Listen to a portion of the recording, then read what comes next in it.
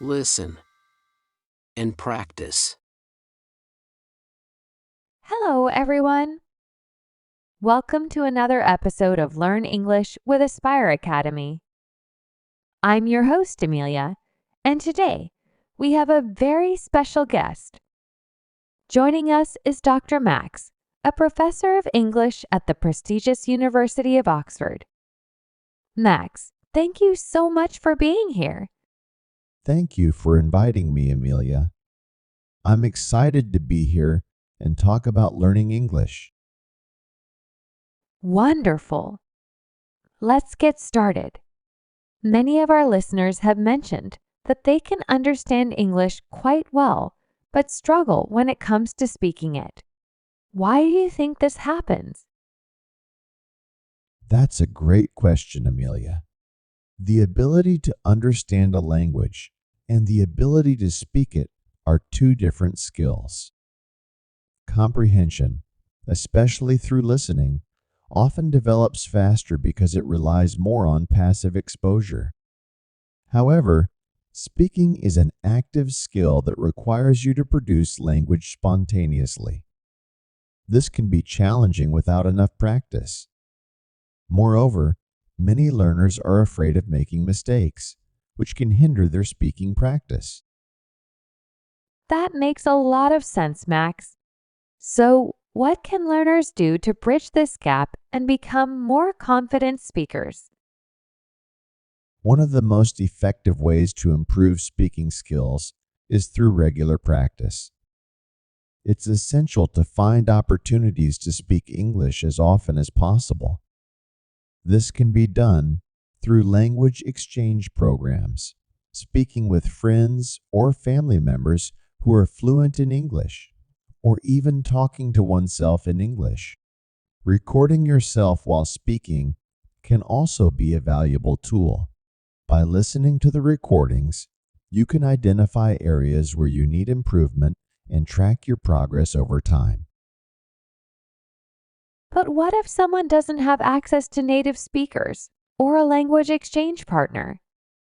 Are there other ways to practice speaking? Absolutely, Amelia. There are numerous online platforms and apps designed to connect learners with native speakers for practice. Websites like Italki or Tandem can be very helpful. Additionally, practicing with AI chatbots or virtual assistants like Siri or Google Assistant can also provide opportunities to practice conversational skills. Another effective method is to immerse yourself in English by watching movies, TV shows, or listening to podcasts and trying to mimic the pronunciation and intonation of the speakers. That sounds like great advice, Max. Pronunciation is another area where many learners struggle. Do you have any tips on how to improve pronunciation effectively? Improving pronunciation takes focused practice. One useful technique is to work with minimal pairs words that differ by only one sound, such as ship and sheep or bat and pat. Practicing these pairs helps you to hear and produce the different sounds accurately. Also, paying close attention to the rhythm, stress, and intonation patterns of native speakers can be very beneficial. Try to imitate these patterns as closely as possible. Additionally, using tongue twisters can be a fun way to practice tricky sounds and improve your overall pronunciation. Those are some excellent tips. Now, what about confidence? Many learners understand English well, but feel too shy or nervous to speak. How can they build their confidence? Building confidence is crucial, and it starts with creating a supportive environment where you can practice without fear of judgment. Speaking with friends or family members who are encouraging and patient can make a big difference. It's also helpful to set small, achievable goals.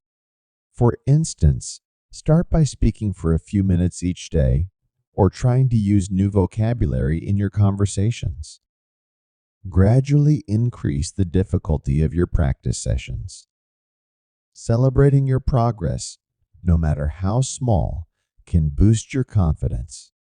And remember, making mistakes is a natural part of the learning process. Don't be discouraged by errors. Instead, view them as opportunities to learn and improve. That's very encouraging, Max. Speaking of making mistakes, how should learners handle mistakes when they speak? Should they correct themselves immediately or just keep going? It's important to strike a balance. If you notice a mistake and it's easy to correct without interrupting the flow of the conversation, go ahead and correct yourself.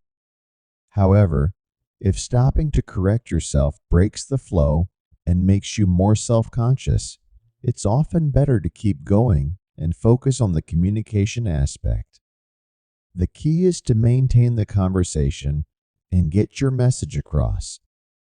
Over time, with more practice, you'll naturally make fewer mistakes. That's great advice. Many learners also wonder about the importance of vocabulary versus grammar. Which should they focus on more to improve their speaking skills? Certainly, Amelia. One effective exercise is shadowing, where you listen to a short piece of audio like a podcast segment or a dialogue from a movie, and then repeat it as closely as possible, imitating the pronunciation, rhythm, and intonation. Another exercise is to describe your day or narrate what you're doing as you go about your daily activities. This helps you think in English and practice spontaneous speaking. You can also try storytelling. Pick a picture or a series of pictures and create a story around them. This exercise encourages creativity and helps you practice forming sentences and using new vocabulary. Those sound like very practical exercises. How important is it for learners to think in English, and how can they develop this habit? Thinking in English is crucial because it reduces the time you spend translating in your head, which can slow down your speaking. To develop this habit, start with simple things. Label objects around your home in English and try to think of their names whenever you see them. Practice describing your thoughts and actions in English, even if it's just internally.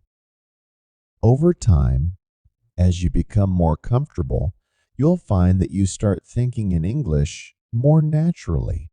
Another tip is to keep a journal in English. Writing down your thoughts in English can help reinforce this habit and improve your overall fluency. That's very helpful, Max. Before we wrap up, do you have any final thoughts or pieces of advice for our listeners who are working hard to improve their English speaking skills? My final piece of advice is to stay consistent and patient. Learning a language is a marathon, not a sprint. It's normal to encounter challenges and plateaus, but the key is to keep going. Surround yourself with English as much as possible and create opportunities for practice. Don't be afraid to step out of your comfort zone and make mistakes. Each mistake is a step toward improvement. And most importantly, enjoy the process. The more you enjoy learning, the more motivated you'll be to keep practicing. Thank you so much, Max. Your insights and advice have been incredibly valuable. I'm sure our listeners have learned a lot from this conversation. It was my pleasure, Amelia. Thank you for having me. I hope the tips and strategies we discussed will help your listeners become more confident and proficient English speakers. And with that, we come to the end of this episode. A big thank you to Dr. Max for joining us and sharing his expertise. To all our listeners, thank you for tuning in. Keep practicing, stay motivated, and we'll see you in the next episode of Learn English with Aspire Academy. See you in the next video. Goodbye. Goodbye.